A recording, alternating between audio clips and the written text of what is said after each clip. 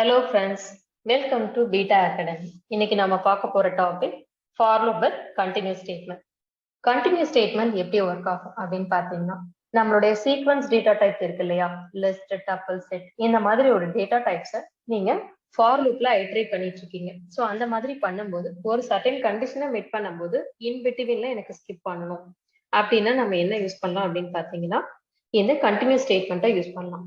So இப்போ continuous ஸ்டேட்மெண்ட்டை use பண்ணும்போது என்ன ஆகும் அப்படின்னு பார்த்தீங்கன்னா அந்த கரண்ட் இட்ரேஷனை மட்டும்தான் ஸ்கிப் பண்ணும், ரிமைனிங் இருக்க எல்லாத்தையுமே வந்துட்டு எக்ஸிக்யூட் பண்ணும்.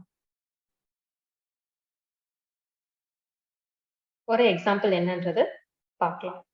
எக்ஸாம்பிள் இப்போ எனக்கு செட் 1 அப்படின்னு கொடுத்துருக்கேன்.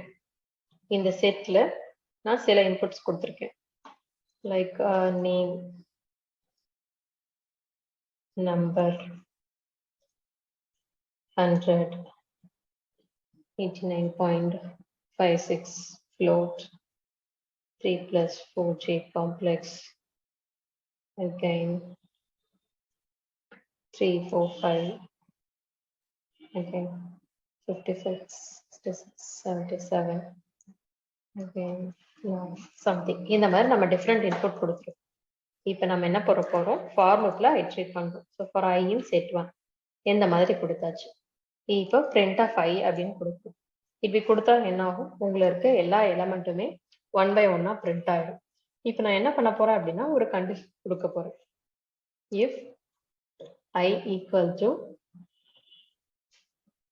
3 plus 4j, எப்போ எனக்கு காம்ப்ளெக்ஸ் வேல்யூ வருதோ அப்போ எனக்கு என்ன பண்ணணும்னா ஸ்கிப் பண்ணிடும்.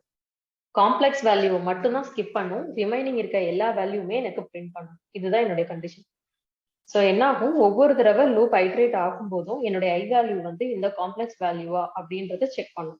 எப்போ இந்த கண்டிஷனை மீட் பண்ணுதோ அப்போ அந்த பர்டிகுலர் வேல்யூவை ஸ்கிப் பண்ணிடும். இப்போ பார்த்தீங்கன்னா அதர் தென் காம்ப்ளெக்ஸ் வேல்யூ எல்லா வேல்யூஸ்மே உங்களுக்கு 1 by 1 பிரிண்ட் ஆயிடும். ஓகே, ஸோ இந்த மாதிரி தான் என்ன ஆகும் அப்படின்னு பார்த்தீங்கன்னா உங்களுடைய கண்டினியூஸ் ஸ்டேட்மெண்ட் ஒர்க் ஆகும். நெக்ஸ்ட், ஃபார் லூப்ல ஃபேக்டோரியல் எப்படி போடலாம் அப்படின்றத பார்க்கலாம். ஜென்ரலா ஃபேக்டோரியல்னா என்ன அப்படின்னு உங்களுக்கு ஏதாவது ஐடியா இருக்கா? ஸோ ஃபேக்டோரியல் அப்படின்ற வேர்டு எல்லாருமே மேக்ஸ்ல வந்துட்டு படிச்சிருக்கோம் இல்லையா, ஃபேக்டோரியல் சம். ஸோ ஃபேக்டோரியல் அப்படின்னாலே நம்ம என்ன பண்ணுவோம், என்ன என் வேல்யூ கொடுத்துருக்கோமோ அதை ரிவர்ஸ்ல மல்டிப்ளை பண்ணுவோம். ஃபார் எக்ஸாம்பிள் என்னுடைய என் வேல்யூ 5 அப்படின்னா நம்ம எப்படி பண்ணுவோம், 5 into 4 into 3 into 2 into 1. So இந்த எல்லா வேல்யூஸையும் மல்டிப்ளை பண்ணி வர ஆன்சர் தான் என்னது, ஃபேக்டோரியல் வேல்யூ. ஸோ இதை எப்படி ஃபார் லூப்ல சிம்பிளா நம்ம கெட் பண்ணலாம் அப்படின்றத பார்க்கலாம். For I in range of 6, எதுக்காக நான் 6 கொடுக்கணும் அப்படின்னு பார்த்தீங்கன்னா நமக்கு ஆல்ரெடி தெரியும் ரேஞ்சை பொறுத்த வரைக்கும் எண்ட் லிமிட் எப்போதுமே எக்ஸ்க்ளூடட் தான். ஸோ நான் 6ன்னு கொடுத்தாதான் till 5 வரைக்கும் எனக்கு எடுத்துக்கும். அதனாலதான் நம்ம என்ன கொடுக்குறோம், இங்க 6ன்னு கொடுக்குறோம். பட் இங்க நான் ஆல்ரெடி என்ன பண்ணிருக்கேன், என்னன்னு கொடுத்துருக்கேன். எதர் நீங்க என்னாவும் யூஸ் பண்ணிக்கலாம், இல்ல நீங்க நம்பராகவும் கொடுக்கலாம். இப்ப நான் இங்க நம்பர் கொடுத்துட்டேன்.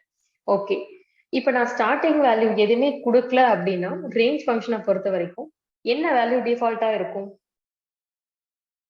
0ன்ற வேல்யூ தான் என்னவா இருக்கும், டிஃபால்ட்டா இருக்கும்.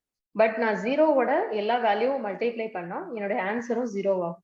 ஸோ நம்ம ஸ்டார்டிங் வேல்யூ 1 தான் அஷ்யூம் பண்ணணும். பண்ணிட்டு நம்ம என்ன பண்ண போறோம், மல்டிப்ளை பண்ணி வர ஆன்சரை ஸ்டோர் பண்றதுக்காக ஒரு வேரியபிள் கொடுக்குறோம், which is fact. fact is equal to 1ன்னு கொடுத்துருக்கோம். ஏன்னா நம்ம இங்கேயே 0ன்னு இனிஷியலைஸ் பண்ணா என்ன ஆயிடும், எல்லா வேல்யூமே 0வா ஆயிடும். ஸோ fact equal to, factல ஃபர்ஸ்ட் உங்களுக்கு என்ன இருக்கும், 1ன்ற வேல்யூ இருக்கும். அதுக்கு அடுத்து நான் என்ன பண்ண போறேன், ஐ வேல்யூவை மல்டிப்ளை பண்ண போறேன். So next print of fact. இப்படி கொடுக்கும் போது என்ன ஆகுது, உங்களுக்கு 1 by 1 உங்களுடைய வேல்யூஸ் பிரிண்ட் ஆகுது. எனக்கு இந்த மாதிரி ஃபுல் ஆன்சர்ஸும் வேண்டாம், ஃபைனல் ஆன்சர் என்னன்னு தெரிஞ்சுக்கணும் அப்படின்னா நம்ம என்ன பண்ணணும், இந்த பிரிண்ட் ஸ்டேட்மெண்ட்டை ஃபார் லூப்போட எண்ட்ல கொடுக்கணும். ஓகே, நீங்க எங்க பிரிண்ட் ஸ்டேட்மெண்ட்டை யூஸ் பண்றீங்களோ அதை பொறுத்து தான் உங்களுடைய அவுட்புட் பேட்டர்ன் வந்துட்டு இருக்கும். ஓகே, இப்போ நான் எப்படி இந்த ஃபேக்ட் வேல்யூவை கண்டுபிடிச்சேன் ஒரே ஒரு லைன்ல அப்படின்னு பாத்தீங்கன்னா, ஃபேக்ட்ல ஃபர்ஸ்ட் உங்களுக்கு என்ன வேல்யூ இருக்கு, which is 1. 1ஓட உங்களோட ஐ வேல்யூ என்னது, 1. ஸோ 1 into 1 என்ன, 1. அகைன் உங்களுக்கு ஐட்ரேட் ஆகும்போது ஃபார் லூப் வந்து ஆட்டோ இன்க்ரிமெண்டட். அகைன் உங்களோட ஐ வேல்யூ என்ன ஆகும்? 2 ஆகும். ஆல்ரெடி 1 இருக்கு. ஸோ 1 இன்ட்டு 2 என்னன்னு ஆகுது? 2 தான் வரும். அகைன் ஐயோட value 3, 2 into 3 6, 6 into 4 24, 24 into 5 which is 120. So இந்த மாதிரி தான் நம்ம என்ன பண்ணணும்? ஃபேக்டோரியல் வேல்யூ கண்டுபிடிக்கணும்.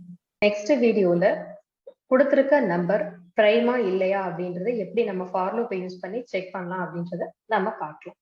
தேங்க்யூ.